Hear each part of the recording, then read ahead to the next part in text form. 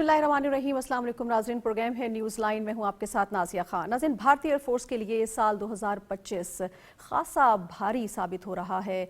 मई में जो कुछ उनके साथ हुआ, पाकिस्तान ने भारतीय 7 तैयारे मार गिराए। अभी तक वो सदमे से ही बाहर नहीं निकल पाए थे कि गुज़श्ता रोज़ एक अफसोसनाक वाक़या पेश आया दुबई एयर शो में, जहाँ तेजाज़, जिसको भारत अपना 4th जनरेशन एयरक्राफ्ट मानता है, इंडियन स्टेट ओन्ड एयरक्राफ्ट है, ये वो ज़मीन बोस हो गया और उसमें मौजूद जो पायलट था वो भी हलाक हो गया, वो भी जान की बाजी हार गया। वाक़या क्यों का रूनुमा हुआ, इस हवाले से जो इंक्वायरी है, इस हवाले से जो कोर्ट ऑफ इंक्वायरी है, उसको तो तश्कील दिया जा चुका है। और मगर भारतीय अवाम का अगर गम गुस्से की बात करें तो वो हमें इस वक्त उरूज पे नज़र आता है। भारतीय अवाम खासी नाला नज़र आती है, अपनी जो फ़ज़ाइया है उसकी नाअहली, उसकी क़यादत को शदीद तनकीद का निशाना बना रही है। सोशल मीडिया पे आप देखें तो जो भारतीय अवाम का गम गुस्सा है वो हमें आसमान से बातें करता हुआ नज़र आ रहा है, बल्कि वो भारतीय एयर चीफ की बरतरफी का भी मुतालबा कर रहे हैं। मगर दूसरी जानिब भारतीय सरकार एक दफ़ा फिर हक़ाइक़ से मुँह छुपाने की कोशिश कर रही है और अपनी आवाम में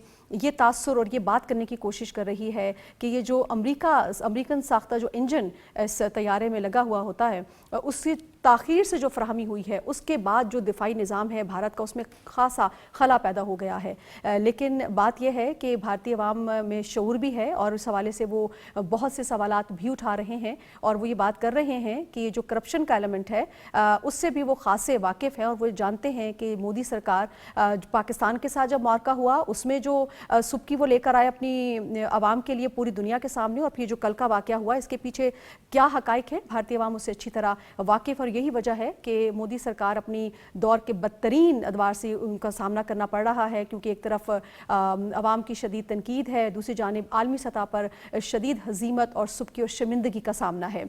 इस हवाले से मज़ीद बात करते हैं, साथ ही साथ कुछ और भी से जुड़े हुए मामलात हैं उस पर भी बात करेंगे, लेकिन मेरा पैनल ज्वाइन कर चुका है तो मैं तारुफ करवा देती हूँ, फिर उस पर हम मज़ीद बात करेंगे। जो फ्रांस के हवाले से जो मार्का हुआ था मई में, जो फ्रांस की तरफ से तस्दीक आई है, उस पर भी आगे चलकर उस पर बात करेंगे। मेरे साथ मौजूद हैं ब्रिगेडियर रिटायर्ड मसूद अहमद खान साहब, आप दिफाकार हैं, तमाम मामला पर बड़ी गहरी नज़र रखते हैं। बहुत शुक्रिया ब्रिगेडियर साहब, आपने हमें ज्वाइन किया है। और उनके साथ मौजूद हैं अखुंज़ादा चटान साहब, रहनुमा पाकिस्तान पीपल्स पार्टी हैं। बहुत शुक्रिया अखुंज़ादा चटान साहब, आपने हमें ज्वाइन किया है। ब्रिगेडियर साहब, कल जो कुछ हुआ यकीनी तौर पे इंडियन एविएशन के लिए एक तारीख दिन था, लेकिन एक बहुत बड़ा सेटबैक है भारतीय दिफाई सनत के लिए भी। और अब ये समझ नहीं आ रही कि वो मलबा किस पे डालते, तो उनको ये मुनासिब लगा कि जो अमरीकी इंजन है जो इस्तेमाल होता है तेजाज में, सारा मलबा उस पर डाल दिया जाए। ये बहुत शुक्रिया। देखें कि आप रिस्पॉन्सिबिलिटी किसी और पर डाल नहीं सकते हैं, और ये देखें कि ये जहाज ये नया नहीं है और डिकेड्स ओल्ड जहाज है। 1980s में ये स्टार्ट हुआ था, ये आइडिया कि एक लाइट एयरक्राफ्ट उन्होंने बनाना है। अभी 80s से स्टार्ट कर लें। देखें जो हिंदुस्तान एरोनॉटिक्स लिमिटेड ने जिसने इस जहाज को बनाना था, इस पे तो ऑलरेडी जो इनके एयरफोर्स के बहुत सारे एयर चीफ्स थे, उन्होंने अपनी रिजर्वेशन शो कर दी थी और उन्होंने कहा था ये जहाज में जो क्वालिटी है या उस पर उन्होंने क्वेश्चन रेज सिंह को हमने डिफरेंट मौकों पर सुना कि उन्होंने कहा कि हमें जहाज डिलीवर नहीं हुए हैं। फिर इंजन की बात थी, इंजन बाहर से आना था, लेकिन अब इतने अरसे में अगर एक जहाज वो डिलीवर नहीं कर सकते हैं तो इन वो समझ ले कि वो इस काबिल ही नहीं है। और फिर एक इंटरनल राइवलरी भी थी between DRDO and Hindustan aeronautics limited के आपस में भी कलिश थी। सो दैट्स वाई उन्होंने क्वालिटी पे भी क्वेश्चंस किए थे जो इनके फॉर्मर एयर चीफ्स थे। और हमने फिर इस जहाज को रिसेंटली देखें जब ये एयर शो पे लेके गए और वहां पे देखें ऑलरेडी इंडिया ने जो थे इस हिंदुस्तान एरोनॉटिक्स लिमिटेड ने 40 जहाज जो थे मार्क 1 जिसे कहते हैं, मार्क ए जहाज जो थे, उन्होंने हैंड ओवर कर दिए थे इंडियन एयरफोर्स को। ये जो जहाज क्रैश हुआ, this was mark A1, it was उनके मुताबिक एडवांस जहाज था। लेकिन 2 दिन पहले आपने देखा होगा उस जहाज में फ्लड की ड्रिपिंग पिक्चर्स और वीडियोस आ गई थी। और फिर देखा गया कि जो इनके टेक्नीशियंस थे, दे वर सीन की एक शॉपर लेके उस ऑयल को या जो फ्लूइड लीक हो रहा था उसको कैच करने की कोशिश कर रहे थे, उसको कंटेन करने की कोशिश कर रहे थे। اور اسی دن یہ سوال پیدا ہوا تھا، لوگوں نے سوال ریز کیے کیا ان کے ٹیکنیشین اس طرح ہینڈل کرتے ہیں if there is some issue in the aircraft. Second, انہوں نے اس کی ریلائبلٹی پہ کوشچن ریز کر دیے تھے. ہر چیز انہوں نے کہا تھا جہاز کی جو بلڈ کوالٹی ہے اس پہ بھی کوشچن انہوں نے ریز کر دیے تھے. تو پھر اوور آل دیکھیں کہ یہ جہاز جو ہے کہ اگلے دن جو اس میں ایروبکس میں گیا اور وہاں پہ کریش ہوا. سو جی بریگیڈیئر صاحب آپ مجھے سنیں. ٹھیک ہے اخوندزادہ چٹان صاحب، ابھی تو مئی کے جو زخم ہیں وہی مندمل نہیں ہو پائے تھے کہ ایک اور بھارتی فضائیہ کے لیے ایک بہت بڑا دھچکا ہے. اس سے تو ساری کلی کھل کر سامنے آ جاتی ہے سر، اور یہ پہلا واقعہ تو نہیں ہے. گزشتہ 30 سال میں 550 کے قریب بھارتی طیارے گر کر تباہ ہوئے ہیں، 150 پائلٹس اس میں ان کے مارے گئے ہیں. تو یہ تو تاریخ ہے ان کی ناکامیوں کی اور نالائکیوں کی. انفارچونیٹلی بریگیڈیئر صاحب میں آپ کی طرف دوبارہ آتی ہوں، میں اخوندزادہ صاحب سے ذرا ان کی رائے لے لوں. بسم اللہ الرحمن الرحیم. شازیہ انڈیا کی جو ہوائی جہاز ہے اس کو کہا جاتا ہے کہ یہ اڑتی ہوئی تابوت ہے، اور اس میں جہازوں کا بھی ٹیکنیکل مسائل بھی ہوں گے، لیکن اس میں ان لوگوں کے ٹریننگ کا اور سکل کا بھی مسئلہ ہے. انڈیا خود تو ڈوب رہی ہے، اپنے ساتھ دوسرے لوگوں کو بھی ڈوبوا رہی ہے. آئندہ کے لیے انڈیا کے ساتھ کوئی دفاعی معاہدے پہ جو کمپنیاں ہیں وہ 1000 بار سوچیں گے. انہوں نے رافیل کو ڈوبو دیا. رافیل میں سمجھتا ہوں کہ دنیا کا بہترین جہازوں میں سے ہے، فرق جہازوں میں نہیں تھا. فرق جو تھا وہ جہاز کے اڑانے والوں کے ٹریننگ میں تھا، ان کے سکل میں تھا، ان کے حوصلوں میں تھا. اب جو یہ واقعہ ہوا ہے تو اس کے لیے امریکن کمپنی جنرل الیکٹرانک جو ہے اس کے لیے انجن بنا رہی ہے. تو ظاہری بات ہے کہ صرف انڈیا تو ان سے انجن نہیں خرید رہی ہے، بالکل دنیا کے اور بھی بہت سارے ممالک ہوں گے جو اس کمپنی سے خریدیں گے. وہ لوگ بھی آپ 100 بار سوچیں گے کہ ہم اس کمپنی سے انجن خریدی یا نہیں خریدی. اس طرح رافیل کے آپ کو پتہ ہے انڈونیشیا اس کی جہاز لے رہے تھے، اور بھی بہت سارے ممالک معاہدے کر رہے تھے رافیل خریدنے کے لیے، لیکن اس کو ساکھ کو جو نقصان پہنچا، اس کا شیئر مارکیٹ بھی گر گیا. جی جی اور اس کے ساتھ ساتھ اصل میں مودی سرکار جو ہے انہوں نے ایک جھوٹا پروپیگنڈا کیا تھا پوری دنیا میں، اور ایک امیج بنایا تھا کہ انڈیا جو ہے وہ دفاعی لحاظ سے، معیشت کے لحاظ سے اس خطے کا ایک ڈان ہے. اور 10 مئی کو پاکستان نے اس کو ایکسپوز کر دیا. یہ جو جہاز دبئی میں گر گیا ہے اس پہ ہمیں بہت افسوس ہے، کیونکہ اس میں ایک جوان پائلٹ جو ہیں وہ وفات ہو گیا ہے. ان کے بھی بچے ہوں گے، خاندان بھی ہوں گے. لیکن یہ کوئی پہلا واقعہ نہیں ہے، ایسے اس سے پہلے بھی اس کا ایک جہاز گر گیا تھا. اور جیسا آپ نے فرمایا کہ 500 جہاز ان کے گر گئے ہیں اور 200 پائلٹ اس میں ان کے وفات ہو گئے ہیں.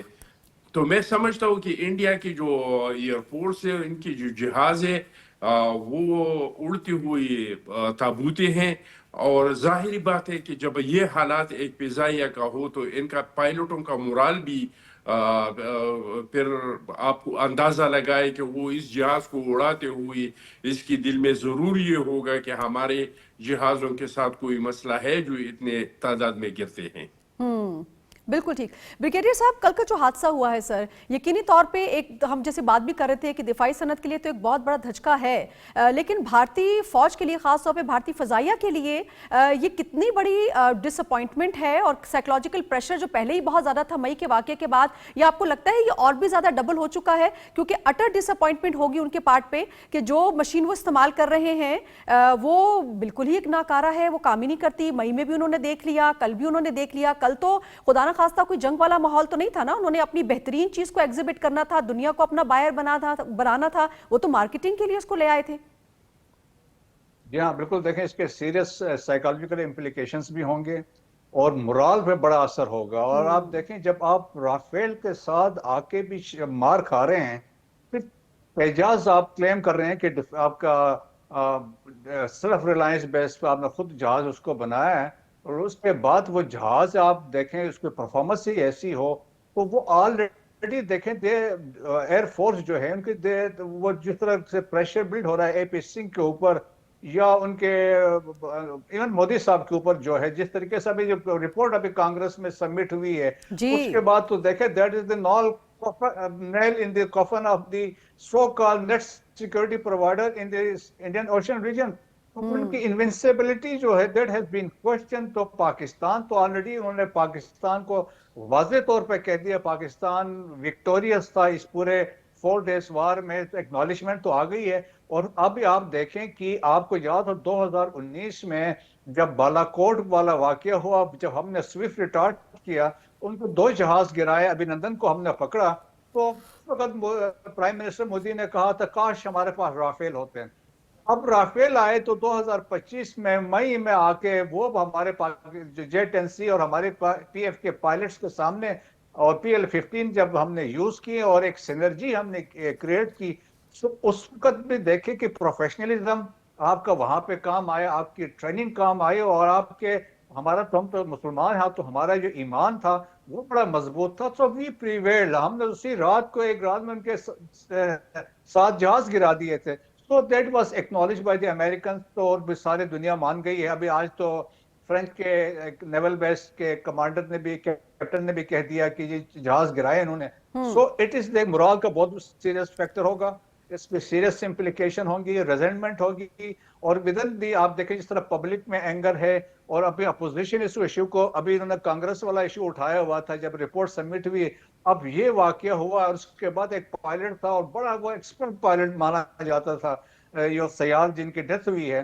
तो इसका मतलब है कि अब ये कहते हैं it was not an accident, कहते हैं स्ट्रक्चरल सिस्टम का फेलियर था बेसिकली, क्योंकि पॉलिटिकल गेन्स के लिए उसकी गया, और ताकि वो अपनी जो या अपने आप की मशहूरी उन्होंने लेके वहां पे गए। सो मेरा ख्याल में इट इज अ सीरियस जी जी सेटबैक। अपना आप so call the net security provider वो तो पाकिस्तान ने जीरो कर दिया। अच्छा ब्रिगेडियर साहब, मैं हमें इन द मीनवाइल आमना शेख साहिबा भी ज्वाइन कर चुकी हैं, रहनुमा है पाकिस्तान मुस्लिम लीग नून की। आमना साहिबा, आपको मैं खुश आमदीद कहूँगी। ब्रिगेडियर साहब से मैं एक सवाल कर लूँ, फिर आपकी जानिब वापस आती हूँ। ब्रिगेडियर साहब, कल भी हम इस पर बात कर रहे थे कि आखिर हुआ क्या। यकीनी तौर पर आपने भी वो वीडियोज़ देखी होगी जो जिसमें ये सारा कुछ क्रैश कर गया जहाज़। इसमें आपको क्या नजर आता है सर, क्योंकि अब इस पर काफ़ी बहस हो रही है और बात हो रही है कि आखिर ये वाकया क्यों कर रूनुमा हुआ, क्योंकि भारतीय मीडिया ये बात कर रहा है कि जो शख्स उस पर बैठा हुआ था पायलट, उसको स्पेशल ट्रेनिंग भी दी गई थी जो तेजस के हवाले से, वो 6 मंथ का ट्रेन याफ्ता था और उसके अलावा भी उसका बहुत एक्सपीरियंस था, काफी काबिल वो था। लेकिन ऐसा नजर आता है जैसे जब उसने बैरल ऑन किया सर, तो पायलट जो है जब वो टर्न लेने लगा है, हम उसको देखते हैं कि ऐसा एक तासुर मिलता है जैसे वो जी फोर्सेस को कोप अप नहीं कर पाया, उसको वो हैंडल नहीं कर पाया। यही वजह है कि वो इजेक्ट भी नहीं कर पाया।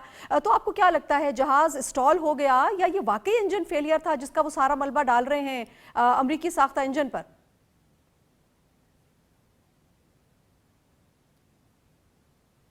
ब्रिगेडियर साहब।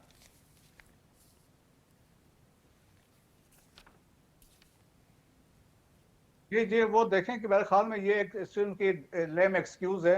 और आप देखें कि आप 1980 से कर डिकेड्स ओल्ड आप जहाज पे काम हो रहा था, आप कैसे मलबा अमेरिका पे डाल सकते हैं? ये तो आपकी अपनी इनएफिशिएंसी है, आप सीरियस नहीं थे, तो आपने प्रायोरिटी नहीं दी, क्योंकि आप और चक्रों में पड़े हुए थे। आप देखिए, आप जो गवर्नमेंट थी वो जो सोसाइटी को हिंदुत्वाइज कर रही थी, सेफ्रोनाइज कर रही थी, वो मिनॉरिटीज के अगेंस्ट जा रही थी, तो वो और अपने आप को बदमाशी के लिए नेबरिंग कंट्रीज पे प्रिवेल करने की कोशिश कर रही थी। सो देखें कि अभी उनके खुद अपने थिंक टैंक्स कह रहे हैं, उनके जो मीडिया के एंकर्स बात कर रहे हैं, we can not throw responsibility on the others. उन्होंने we should be the leadership जो भी है, आइदर वो हिंदुस्तान एरोनॉटिक्स लिमिटेड के लोग हैं या डिफेंस मिनिस्टर है या बाकी लोग हैं, they should be held accountable कि भाई क्यों ऐसा हुआ, कि आप तो मैं नहीं कह सकता हूं ना कि एक काम जो 40 साल से चल रहा है उसको मैं जिम्मेदारी अमेरिका पर डाल दूं।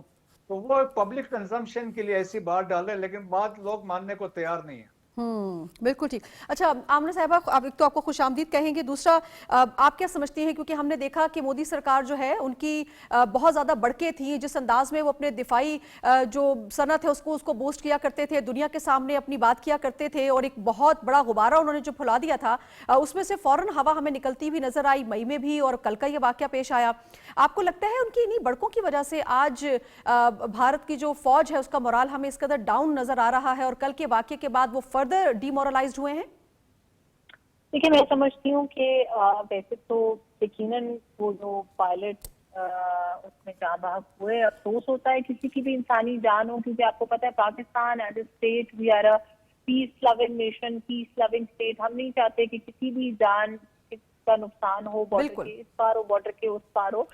तो while all my sympathies are with them, ये अल्लाह ताला की तरफ से ना कभी कभार ऐसी चीजें, ऐसी रौनक, ऐसा गरूर मिट्टी में मिलाया जाता है। और मैं बड़े अरसे से ये चीज देख रही हूँ कि मोदी सरकार ने जिस कदर सख्त मिजाजी के साथ, जिस तरह से अपनी आवाम को, हमें तो छोड़ दें, हमें तो वो अपना दुश्मन कंसिडर करते हैं, बदतरीन दुश्मन पाकिस्तान की वो प्रूव हुए, लेकिन जिस तरीके से उन्होंने पिछले कुछ अरसे के अंदर इंसानी जान की ताब ना लाते हुए अपनी सियासत को फरोग दिया, उन्होंने हर तरह की टेररिज्म एक्टिविटी को एज ए टूल यूटिलाइज किया अपनी सियासत चमकाने के लिए। उन्होंने बेदरेज इंसानों को मरवाया, इंसानों पे हमले करवाए, पाकिस्तान के ऊपर उसका इल्जाम दिलवाने के लिए। आपको पता है कि पहलगाम में क्या हुआ, उसके बाद दिल्ली में क्या हुआ, और किस तरीके से ये फॉल्स फ्लैग ऑपरेशन किए जाते। तो मेरा ख्याल है कि इनका गुरूर आज और बार बार ये रेपिटेटिव इंसिडेंट्स जो होते हैं ना, ये इसलिए बड़े जरूरी होते हैं कि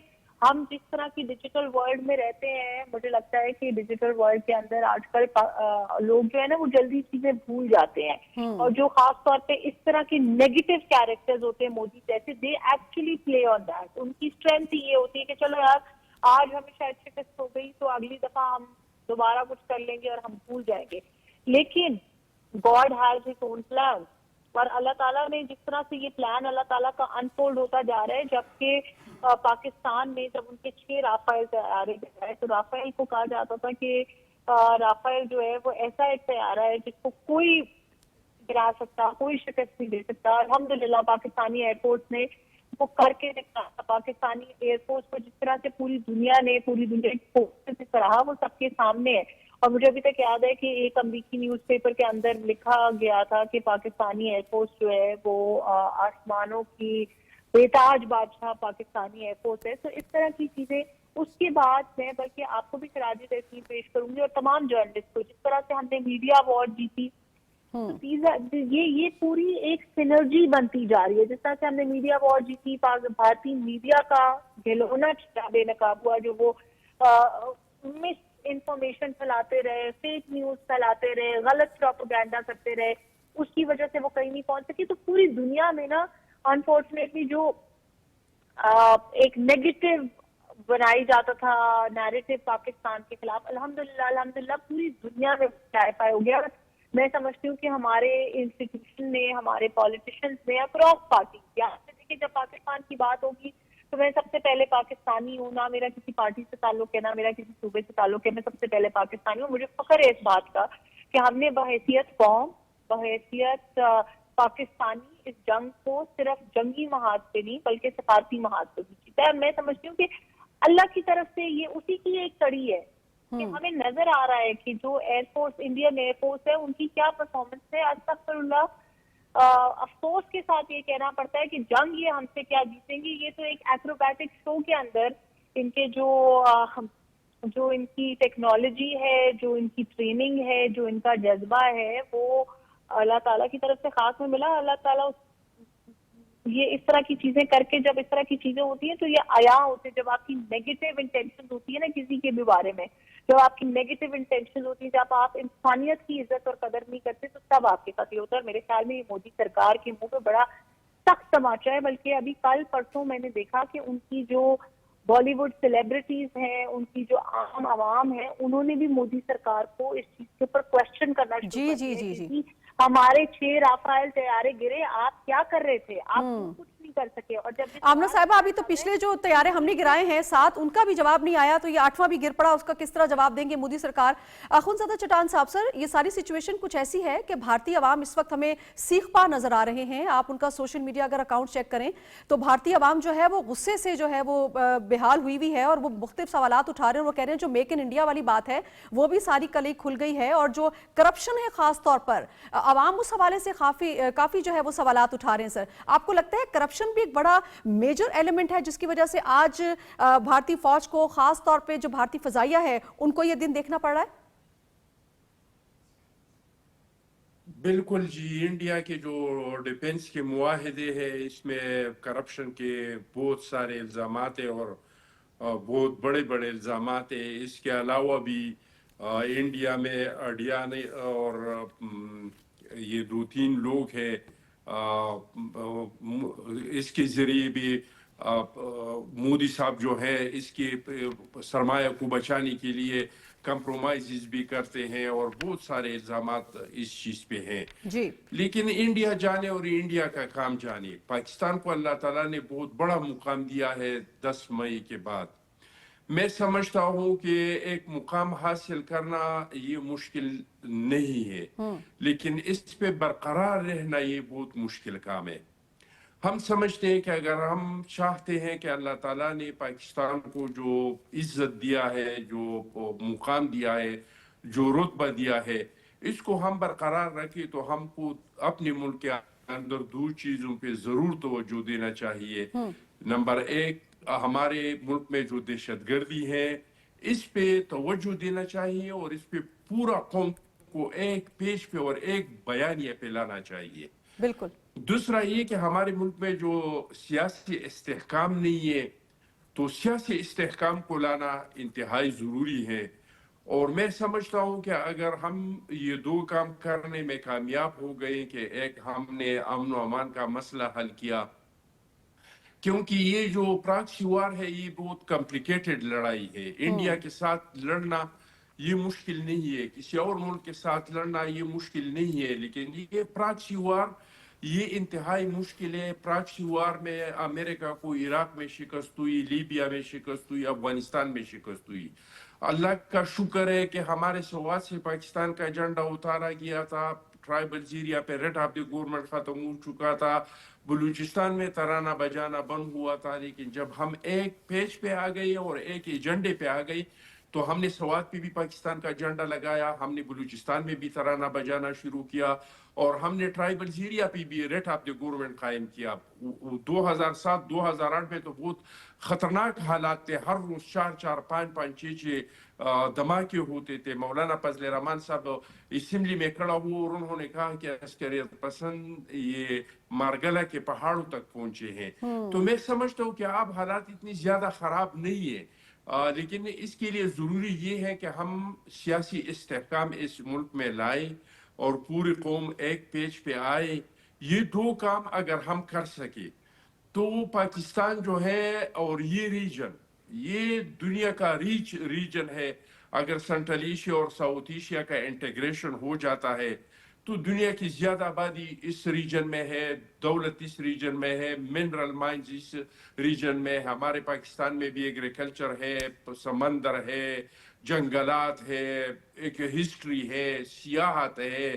तो फिर हम अपने जो हमारी जो वसाइल है, जो मिनरल के हैं, माइंस के हैं, जो जो कुदरत ने हमें अता किया है, इनसे फिर हम फायदा भी उठा सकते हैं। और हम पाकिस्तान अल्हम्दुलिल्लाह दिफाई लिहाज से नाकाबिल तस्खीर मुल्क है, ये दुनिया ने मान लिया है, लेकिन मईशत के लिहाज से भी हम इस मुल्क को एक नाकाबिल तस्खीर मुल्क बना सकते हैं, क्योंकि हमारे पास हर तरह के वसाइल अल्लाह ताला ने हमको दी हैं। बस सिर्फ ज़रूरत इस चीज़ की है कि ये जो बदमनी का लहर है जो 2021 के बाद यहाँ पे दहशतगर्दी ने दोबारा जो बदतरीन तरीके से सर उठाया है, और दूसरा ये कि ये जो सियासी इस्तेहकाम ख़त्म हुआ है कि हम एक दूसरे के साथ बैठने को तैयार नहीं है, एक दूसरे को मिलने को तैयार नहीं है। तो हमें चाहिए कि हम इंतकाम, गालम गलोच का ये सियासत ख़त्म करें और मुकालमे का सियासत शुरू करें, एक दूसरे को बातचीत के जरिए कायल करे और हमारे जो मसाइल है उसको पार्लियामेंट के अंदर और आईनी इदारों के अंदर हल करे, बजाय इसके कि उसको हम सड़कों पे लाए और सड़कों पे इस मसाइल का हल निकाले। अखुंज़ादा चट्टान साहब, आपने इंतहाई अहम पॉइंट रेज किया है। मैं इस पर ज़रा डिटेल से आना चाहूँगी, लेकिन थोड़ा सा उस पर जाने से पहले और ब्रिगेडियर साहब की तरफ आने से पहले थोड़ा सा अपने नाज़रीन के लिए कि देखिए कि पाकिस्तान ने जो फतह हासिल की है, दुनिया उसकी मुसलसल हमें तारीफ़ करती हुई उसकी मोतरफ नज़र आ रही है, और आलमी सतह पर जो हमें एक तशख़्ख़ुस मिला है नया, जो हमारे वक़ार में और अहमियत में इजाफा हुआ है, उस हवाले से मैं थोड़ा सा अपने नाज़रीन के साथ ये शेयर करूँगी कि जो एयर बैटल हुई थी आपको पता है मई में, उस हवाले से जो आलमी रिपोर्ट्स हैं उनके मुसलसल आने का सिलसिला जारी है। अब हम जानते हैं कि अमेरिकी सदर मुसलसल इस पे बात करते रहे हैं, और जब भी उनको मौका मिलता है वो इस पे बात करते हैं कि पाकिस्तान ने भारत के 7 राफेल जो है वो मार गिराए हैं, समटाइम्स वो इसको 8 भी कहते हैं।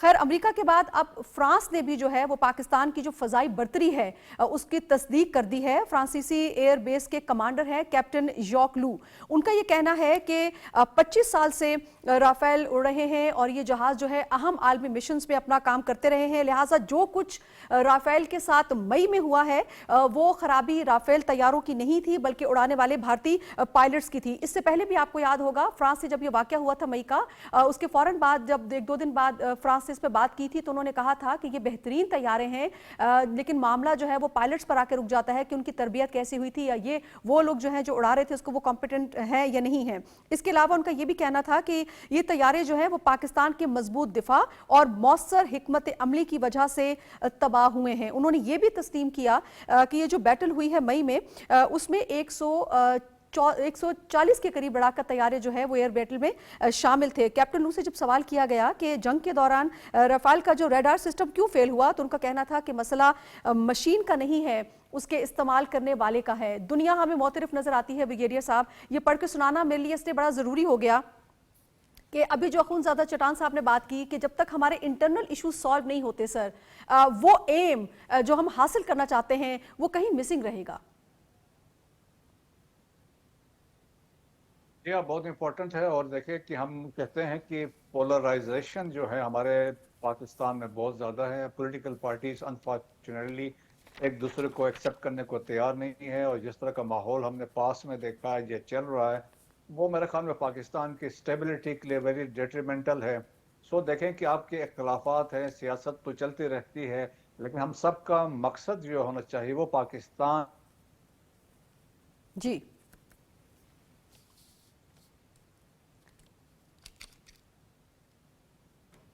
ठीक है, मैं आमना साहिबा से पूछूं तो ब्रिगेडियर साहब मैं आपको सुन नहीं पा रही हूँ। आमना साहिबा, मुकालमे की सियासत की अभी बात की है अखुंज़ादा चट्टान साहब ने, क्या अमर माने हैं, क्या वजह है कि मुकालमे की सियासत को फ़रोग नहीं मिल पा रहा है, जो कि बड़ी शदीद एक मिसिंग पॉइंट है इस सारी फतह के बाद भी? हमें लगता है इसका होना बड़ा ज़रूरी था। आप क्या वजूहात देख रही हैं?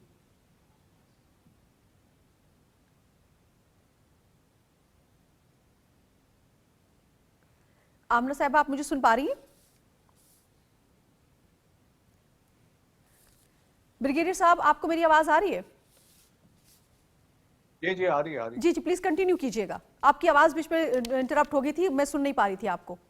जी अच्छा, मैं यही बता रहा था कि स्टेबिलिटी के लिए देखिए हर इदारे ने अपना किरदार अदा करना है, और चाहे वो गवर्नेंस की बात होती है, प्रोविंसेस की बात होती है, पुलिस है, सिटी है, जुडिशरी है, डिस्ट्रिक्ट एडमिनिस्ट्रेशन है, हर एक ने, और फिर सिविलियन लॉ इन्फोर्समेंट एजेंसीज हैं, तो हर एक ने अपना किरदार अदा करना है। हर ने ये है कि स्टेट विद इन स्टेट किसी ने बनाना नहीं है। जो डिसीजंस लेगी वो फेडरेशन लेगी, फेडरेशन का मतलब फेडरल गवर्नमेंट लेगी। ये प्राइम मिनिस्टर और कैबिनेट है, या डिसीजंस जो मेकिंग होगी वो पार्लियामेंट में आके होगी।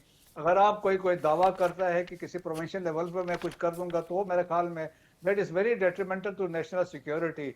हमें इन चीजों से निकल के पाकिस्तान को कैसे हमने प्रोटेक्ट करना, जिस तरह देखा ना कि वार ऑन टेरर है चल रही है, इस पर हम एक दफा शिकस्त दे चुके थे, लेकिन अनफॉर्चुनेटली तालिबान के रिटर्न्स के बाद से खैबर पख्तूनख्वा देखे ऑलमोस्ट 97% अटैक्स इनके वापस आने के बाद खैबर पख्तूनख्वा में हुए, बलोचिस्तान में हुए। लेकिन रिसेंट पास में हमने जो सक्सेस देखी सिक्योरिटी फोर्सेस की, दैट इज फिनोमिनल। पिछले 4 दिन में अबाउट 50+ टेररिस्ट जो फितना और ख्वाहिश के थे वो मारे गए हैं अक्रॉस खैबर पख्तूनख्वा। تو اس کا مطلب یہ ہے کہ جو سیکورٹی فورسز ہے سکسیسفلی کاؤنٹر ٹیرر آپریشنز کر رہے ہیں, they are going after the terrorists ہیں, تو ان کو ہٹ کر رہے ہیں, دے آر بینگ فالوڈ یہاں پہ بھی ہے. تو میرا خیال میں کہ ایک عزم ہے, ریزالو ہے گورنمنٹ آف پاکستان کا ہے اور سیکورٹی فورسز کا ہے, اور پاکستان کی دیکھیں, اگر پاکستان ہے تو ہم ہیں. سو دیکھیں کہ جس طریقے سے ہمارے ایک کور کنسرن ہے دیٹ کی جو دہشت گردی ہو رہی ہے وہ افغانستان سے ہو رہی ہے, ایپک سینٹر تو وہاں پہ ہے, لیکن ایک بلیسنگ ان ڈسگائز ہے جب سے ہمارے بارڈر کلوز ہوئے ہیں, entries and exits are close, حالات بہتری کی طرف جا رہے ہیں. کیونکہ آپ دیکھیں جب سے یہ راستے کھلے ہوئے تھے تو سمگلنگ بھی ہو رہی تھی, یہاں پہ ڈرگس بھی آ رہے تھے, ویپنس بھی آ رہے تھے, اور ٹیررسٹ بھی آ رہے تھے. تو اس سے پاکستان کو دیکھیں نقصان نہیں ہوگا. ابھی آپ دیکھیں $3 بلین, اب 3 سے 4 ٹریلین روپیز کا نقصان ہو رہا تھا اس.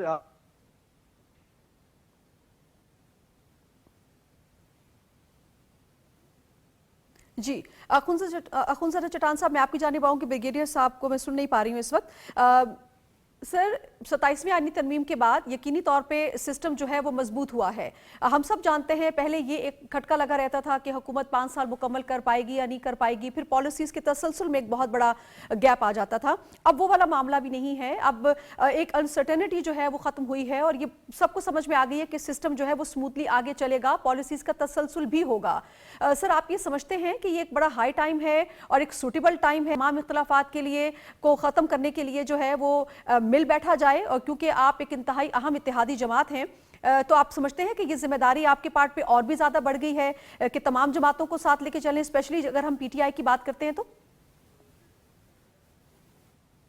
دیکھیے جی, میں سمجھتا ہوں بحیثیت ایک سیاسی ورکر کے پاکستان کی جتنی بھی سیاستدان ہے, جتنی بھی سیاسی پارٹیاں ہیں, چاہے جس کا تعلق حکومت سے ہے چاہے جس کا تعلق اپوزیشن سے ہے, یہ ان کو 3 کام کرنا چاہیے کہ یہ 3 کام ضرور کرے اگر یہ لوگ چاہتے ہیں اور اس ملک کے ساتھ مخلص ہے اور یہ چاہتے ہیں کہ اس ریاست کو, اس ملک کو مضبوط کرے. پہلا کام یہ لوگ یہ کرے کہ آنے والے ایسے قانون سازی کرے کہ آنے والے الیکشن کو یقینی بنائے کہ آنے والا الیکشن صاف ہوگا, شفاف ہوگا, جو جیتے گا وہ بھی تسلیم کرے گا, جو ہارے گا وہ بھی تسلیم کرے گا. یہ پاکستان کے سیاستدانوں کو ایک کام یہ کرنا چاہیے. دوسرا کام جو میں سیاسی ورکر کی حیثیت سے سمجھتا ہوں کہ پاکستان کے سیاستدانوں کو جو کرنا چاہیے وہ یہ کہ یہاں پہ ہم ایک ایسا ادارہ بنائے جو جج, جرنلسٹ ہر ایک کا احتساب کرے. جس نے کوئی جرم نہیں کیا ہے اس کو کوئی ہاتھ نہیں لگائے, اگر کسی نے کوئی جرم کیا ہے تو وہ بچ نہ سکے. اور یہ جو ہم انتقام اور غانم کا گلوچ کا سیاست ہے, تمام سیاستدان اس کا خاتمہ کرے. تو اور یہ کیسے تیسرا ممکن ہو یہ پائے گا کہ ہم نے اخونزادہ چٹان صاحب؟ سر یہ کیسے ممکن ہو پائے گا؟ ظاہر حکومت آپ کی ہے, آپ ہی کوئی بہتر طور بتا سکیں گے کہ اس کو پھر کیسے پریکٹیکلی جو ہے وہ میٹیریلائز کیا جا سکے گا تاکہ یہ مسائل حل ہوں. دوسرا جو بھی آپ نے بات کی کہ الیکشن کو تسلیم کرنے کے حوالے سے, مجھے لگتا ہے تھوڑا سا مشکل آپ نے یہ ٹاسک دے دیا ہے, کیونکہ ماضی میں اور ابھی تک ہم یہ دیکھتے آئے ہیں کہ ایک جماعت دوسری جماعت جو جیت جاتی ہے اس کو مانتی نہیں ہے. یہ والا معاملہ ہم نے 2000 میں دیکھا ابھی جو الیکشن ہوئے ہیں, یہی والا معاملہ پی ٹی آئی بھی لے کے چل رہی ہے. میں نہ مانوں کی ایک سیاست ہے. دیکھیے جی, یہ ناممکن نہیں ہے, یہ پاکستان کے سیاستدانوں نے کر کے دکھایا ہے. آپ کو یاد ہوگا کہ 2008 میں ہمارے ساتھ سمپل اکثریت بھی نہیں تھا, ہمارا اتحادی حکومت تھا, لیکن ہم نے 18ویں ترمیم کیا. ہم نے پریزیڈنسی سے جو پارلیمنٹ کے اختیارات تھے ان کے حوالے کر دی. ہم نے جو ہے صوبوں کو خود مختاری دی دی. ہم نے پختونخوا کو اس کا نام دے دیا. تو ناممکن تو کچھ نہیں ہے. اور پاکستان کے سیاستدانوں نے دیکھے ہمارے پاکستان جو ہے بنگلہ دیش ہم سے ٹوٹ گیا, پاکستان زخمی ہوا, اس کا ایک بازو کٹ گیا, لیکن پاکستان کے سیاستدان بیٹھ گئے اور ملک کو دوبارہ ان لوگوں نے جوڑ دیا. مختلف مراحل میں ہمارے پاکستان کے سیاستدانوں نے ثابت کر دیا ہے کہ ہم اس ملک کے مفاد کے لیے اکٹھے ہو سکتے ہیں. تو آپ بھی وہی سیاستدان ہیں جو 18ویں ترمیم میں سارے اکٹھے ہو گئے تھے. آپ بھی اگر حکومت کوشش کرے تو کوئی ناممکن نہیں ہے لیکن اب مسئلہ یہ ہے کہ عمران خان صاحب کہتے ہیں کہ میں نے سیاستدانوں سے بیٹھنا نہیں ہے، میں نے سیاستدانوں سے ہاتھ ملانا نہیں ہے، میں تو بات کروں گا DGI کے ساتھ، میں تو ہاتھ ملاؤں گا آرمی چیف کے ساتھ۔ تو اگر عمران خان صاحب تھوڑا اپنی ضد کو چھوڑ دے اور اس ملک کے بہتری کی اور سیاسی اور جمہوری اداروں کے مضبوطی کے بارے میں سوچے اور سیاستدانوں کے ساتھ بیٹھ جائے ٹھیک ہے، تو ناممکن تو کچھ نہیں ہے۔ ہم آنے والے الیکشن کو بھی یقینی بنا سکتے ہیں کہ ہم 27ویں ترمیم کر سکتے ہیں، 26ویں ترمیم کر سکتے ہیں، ٹھیک تو ہے۔ ہم الیکشن میں ایسے ریفارمز کیوں نہیں لا سکتے ہیں جو وہ یقینی بنائے کہ آنے والا الیکشن جو ہو وہ صاف اور شفاف ہو۔ بالکل ٹھیک۔ آمنہ صاحبہ، اگر ہم 27ویں 26ویں ترمیم کر سکتے ہیں تو ہم جی جی ایک ایسا ادارہ کیسے نہیں بنا سکتے ہیں جو وہ صاف اور شفاف احتساب کرے اور نیب جس طرح کے ماضی میں سیاسی انتقام کے لیے اور پولیٹیکل انجینئرنگ کے لیے استعمال ہوا ہے، اس طرح اس ادارے کا استعمال نہیں ہوا۔ تو میں نہیں سمجھتا ٹھیک ہوں ہے، کہ ناممکن کچھ ہے، ہم کر سکتے ہیں اگر کرنا چاہے۔ بالکل ٹھیک ہے۔ آمنہ صاحبہ، ہم اچھی طرح جانتے ہیں کہ ہماری فوج نے مئی میں پاکستان کا جو وقار ہے، اس کا جو پرسیپشن ہے وہ بلند کر دیا ہے۔ اب اس کو سسٹین کرنے کی ضرورت ہے، اس کو ہمیں مزید میٹیریلائز کرنے کی ضرورت ہے۔ کیا آپ سمجھتی ہیں کہ جو پولیٹیکل پارٹیز ہیں ان کی ذمہ داری اس حوالے سے اور بھی زیادہ بڑھ گئی ہے کہ اب جو پرسیپشن قائم ہوا ہے دنیا کی نظر میں، اب جب کہ دنیا پاکستان کو ایک اور اینگل سے دیکھ رہی ہے، اس کو ایک تو ہم مینٹین رکھیں، پھر اس کو میٹیریلائز بھی کریں؟ بریگیڈیئر صاحب، یہی سوال سر میں آپ سے پوچھ رہی ہوں۔ کہانی سوال دوبارہ پوچھیے گا۔ میں بریگیڈیئر صاحب یہ جاننا چاہ رہی ہوں کہ پاک فوج نے مئی میں پاکستان کا جو وقار ہے، پاکستان کا جو پرسیپشن ہے، وہ ایک بلندی پر لے کر گئے ہیں۔ اب اسے ہمیں مزید سسٹین کرنے کی ضرورت ہے، نہ صرف سسٹین کرنے کی ضرورت ہے بلکہ اس پرسیپشن کو میٹیریلائز بھی کرنے کی ضرورت ہے۔ تو اس جانب اسی وقت بڑھا جا سکے گا جب ہم سب جو ہے وہ ایک مٹھی ہو کر آگے بڑھیں گے۔ جی ہاں، بالکل ایسے آپ سے اتفاق کرتا ہوں۔ ایک تو دیکھیں پولیٹیکل سٹیبلٹی میں نے بات کی امپورٹنٹ ہے، اور پھر آپ کی اکنامک سٹیبلٹی آلریڈی ہم اس طرف جا چکے ہیں، سٹیپس لے چکے ہیں، تو انشاءاللہ اکانومی ہماری آلریڈی ایڈریس ہو رہی ہے۔ اور اس کے علاوہ دیکھیں میرا ماننا یہ ہے، اگر آپ کی لیڈرشپ بہت اچھی ہو، چاہے وہ آپ کی پولیٹیکل لیڈرشپ ہے and then the military leadership, وہ آپ کو پھر وہ ڈیلیور بھی کرتے ہیں۔ اور دیکھیں کہ یہ ہم مثال دے سکتے ہیں اس مارکے حق اور بنیاد مرصوص میں پولیٹیکل لیڈرشپ نے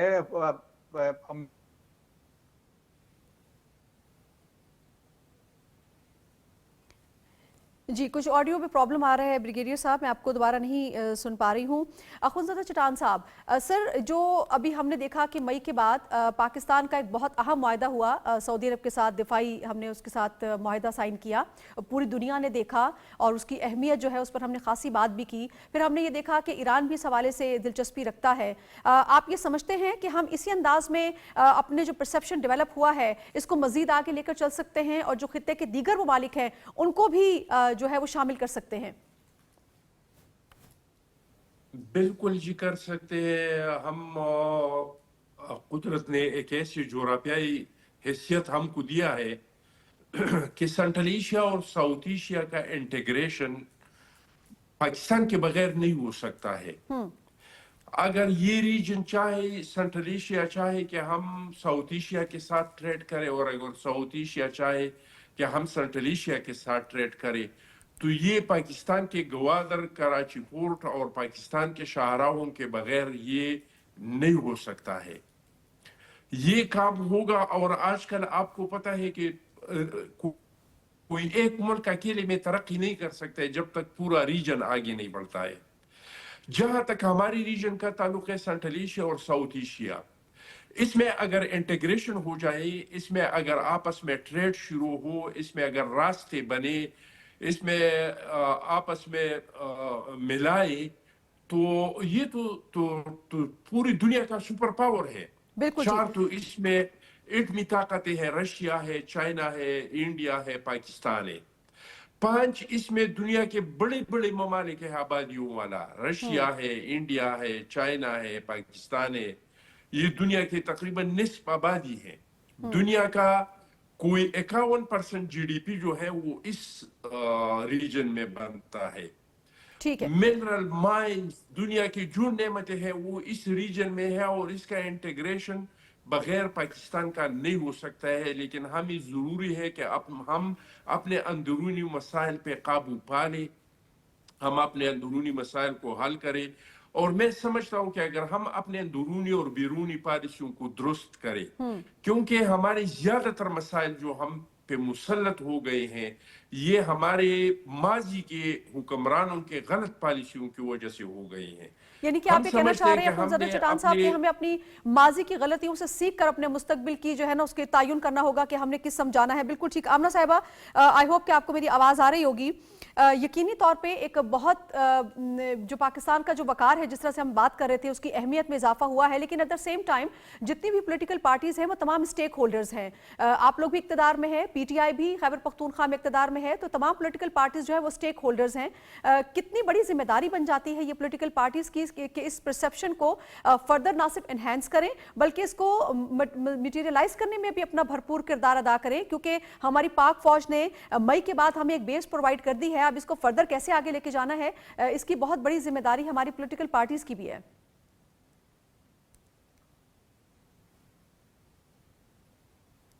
आमना साहिबा, आप मुझे सुन पा रही हैं? जी, माजरत चाहती हूँ, आपका सवाल नहीं सुन पाई, आवाज में बहुत डिस्टॉर्शन थी। आप मुझे रिपीट कर सकती हैं सवाल? अच्छा, मैं आपसे जानना चाह रही हूँ आमना कि जितने भी पॉलिटिकल पार्टीज हैं वो इस वक्त स्टेक होल्डर्स हैं। आप लोग भी इक़्तिदार में हैं, फिर PPP भी है, दीगर जमातें भी। इसके साथ साथ जो PTI है वो भी खैबर पख्तूनख्वा में इक़्तिदार में है। तो तमाम जो पॉलिटिकल पार्टीज हैं उनकी अभी किस कदर भारी जिम्मेदारी है कि जो मई के बाद पाकिस्तान का जो एक परसेप्शन डेवलप हुआ है उसको फर्दर एनहेंस करे, ना सिर्फ एनहेंस करे बल्कि उसको फर्दर मटीरियलाइज भी करे। देखिए नाजिया, मैं समझती हूँ कि जिस वक्त पाकिस्तान की बात आती है ना, मैंने आपको पहले अपने पिछले जवाब में भी ये कहा कि जिस वक्त पाकिस्तान की बात आती है तो मेरे नजदीक ना कोई सूबाइयत की बात होनी चाहिए, ना पॉलिटिकल पार्टी की बात होनी चाहिए। हमें अपने हर पर्सनल एजेंडा से, पॉलिटिकल एजेंडा से पहले पाकिस्तान को रखना चाहिए।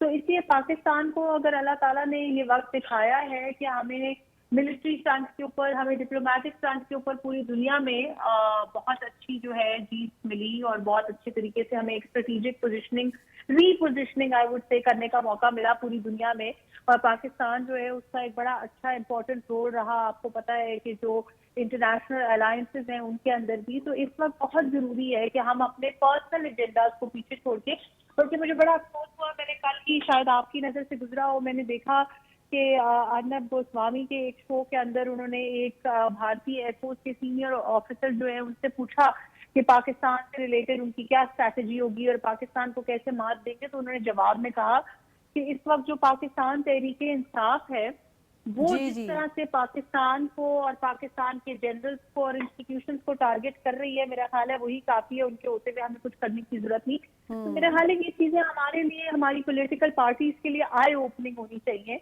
कि एक दूसरे की या बुग़्ज़े माविया में इस हद तक ना गुजर जाए कि आप ये भूल जाएं कि हमारा मुल्क हमारे लिए पहली प्रायोरिटी। इमरान खान साहब भी अगर अपने आप को बहुत बड़ा मुहिब वतन समझते हैं तो he and his party needs to realise कि उनकी आइडेंटिटी, उनकी पहचान, उनकी पॉलिटिक्स, उनकी पार्टी, हर चीज पाकिस्तान की ही देन है। और अगर आप उस पाकिस्तान की इज्जत नहीं कर सकते तो फिर आप किसी की भी इज्जत नहीं कर सकते, बल्कि आप अपनी इज्जत में भी कमी लाएंगे जब आप पाकिस्तान का मजाक उड़ाते पूरी दुनिया में, जब आप पाकिस्तान के पार्लियामान में जूते लहराते हैं, जब आप पाकिस्तान की स्टेट को टारगेट करते हैं, पाकिस्तान की हुकूमत को टारगेट करते हैं। पॉलिटिकल डिफरेंसेस असेंबलियों के अंदर जो है हल किए जा सकते हैं, लेकिन जब आप पाकिस्तान पे उंगली उठाते हैं, पाकिस्तान पे आंच आती है, तो आपकी अपनी इज्जत में भी कमी आती है, क्योंकि आप भी पाकिस्तानी हैं और आपकी भी पहचान पाकिस्तान से।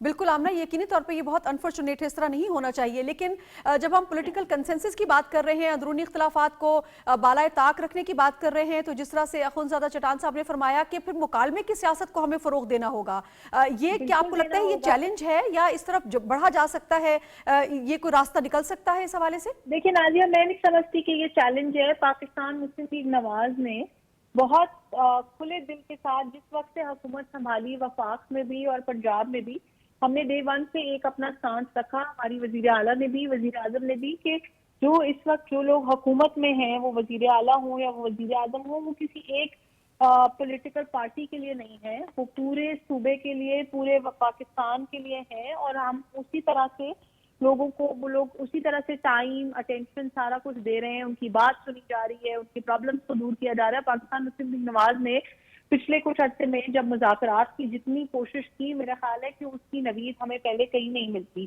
पाकिस्तान मुस्लिम लीग नवाज ने पीटीआई को बार बार दावत दी, मुज़ाकरात की, मुज़ाकरात के कुछ 6 से 7 राउंड किए गए। सरदार अयाज सादिक साहब जो नेशनल असेंबली के स्पीकर हैं, लेकिन पाकिस्तान मुस्लिम लीग नवाज से उनका ताल्लुक है, उन्होंने बार बार ये जो मुज़ाकरात के राउंड्स हैं उनको चेयर भी किया, उनको ऑर्गेनाइज भी किया, लेकिन अनफॉर्चुनेटली पाकिस्तान तहरीक इंसाफ की तरफ से इसमें कोई पॉजिटिविटी नहीं दिखाई गई।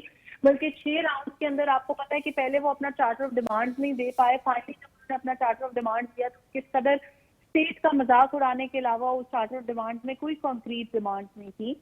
तो मैं तो अभी आपको पता है कि जब सिक्योरिटी के ऊपर, नेशनल सिक्योरिटी के ऊपर वजीर आजम साहब ने इजलास बुलाया तो उसके अंदर भी सुहेल आफरीदी ने आने से इनकार कर दिया, हालांकि उनका सूबा इस वक्त सबसे ज्यादा टेररिज्म स्ट्रिकन है, सबसे ज्यादा वहाँ पे सिक्योरिटी के मसाइल जो हैं वो बहुत ज्यादा है। लेकिन मसला ये है कि जब तक, फिर वही बात जो मैंने आपको पहले भी कही, कि जब तक ये लोग ये बात नहीं समझेंगे कि इनके ऊपर आवाम की जिम्मेदारी है, केपीकी की आवाम भी ये डिजर्व करती हैं कि उनका मुंतखब नुमाइंदा जो है वो जाके वफाक में उनको रिप्रेजेंट करे, वो जाके वफाक से उनके लिए फंड ले, उनके लिए बात करे, उनको नेशनल सिक्योरिटी के इजलास में उनकी रिप्रेजेंटेशन करे। ये हमें ये चीजें जब तक हम पर्सनल इख्तिलाफात को नहीं, बिल्कुल ठीक है, जाती इख्तिलाफात को बालाए ताक हमें हर हाल में रखना होगा अगर हम मुल्क की बेहतरी और उसकी तरक्की की बात करते हैं। बहुत शुक्रिया आमना शेख साहब, आप हमारे साथ मौजूद रही। ब्रिगेडियर रिटायर्ड मसूद अहमद खान साहब आपका बहुत शुक्रिया। चटान साहब आपका बहुत शुक्रिया।